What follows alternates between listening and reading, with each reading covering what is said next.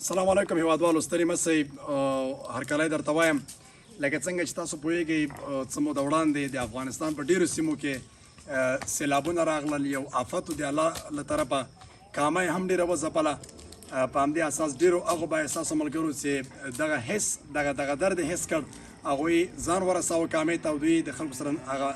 سخت حالت کې مرسته وکړه که څه هم هغه وخت په کتلو سره موږ هم کوشش وکړو چې باید رسیدګي ورته وکړو یو بااحساسه ملګري موږ ته تقریبا 15,000 افغانۍ رالیږلې وې چې هغه مو تقریبا دغلته 5 کورونې ته موږ ویشو 2 کورونې ته اوس موږ تاسو پکې ولاړ یو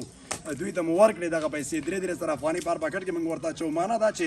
یعنې که لږ او ډېره مرسته وي خو هغه احساس د ایمان او هغه احساس د افغانیت ډېر زیات مهم ده که کوم ملګري غواړي چې باید دوی سره مرسته وکړي دا د زموږ مبارز ملګری قدرمن نعمت عالم صاحب موږ سره د صافی صاحب همداسې دا ملګري راغلي دي تر څو پورې د دې خلکو غږ تر تاسو در ورسوو که چېرته امکان د دې و چې مرسته کول غواړئ د خلکو د خپل عملا راسئ او دغه زندګي د اوس ویجاړ کورونه خپله وګورئ مرسته ورسره وکړئ د دې کور دغه دوو مشرانو سره غږېږم خبرې ورسره کول غواړم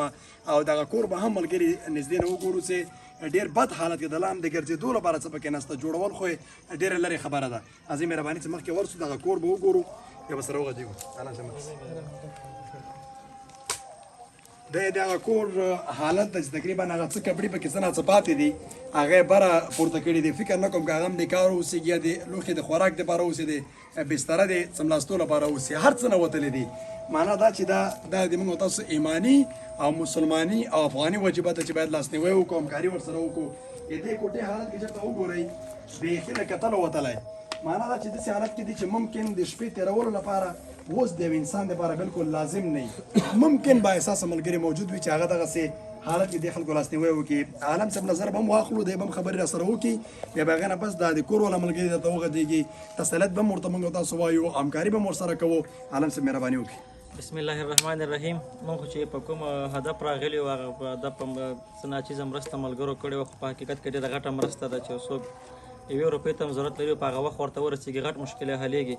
نو مونږ چې دوی دا حالت او دا کورونه او دا خفګان وکتل یعنې تقریبا 9 متر پورې دوی په کورونو کې تر اوسه خټې دي چې قدم نه اخیستل کېږي نو دوی سره لازمه همکاري پکار ده او دا ټول ملګري باید ورسره همکاري وکړي هر څوک چې وس لري هر څوک چې غواړي چې الله تعالی په هغې دنیا ښه عمل ورسره وکړي نو ډېره غوره ده کامه نږدې هم د ښار ته رسېدګي هم ورته اسانه کېږي او تر ټولو په بد حال هم کامه ده ډېره مننه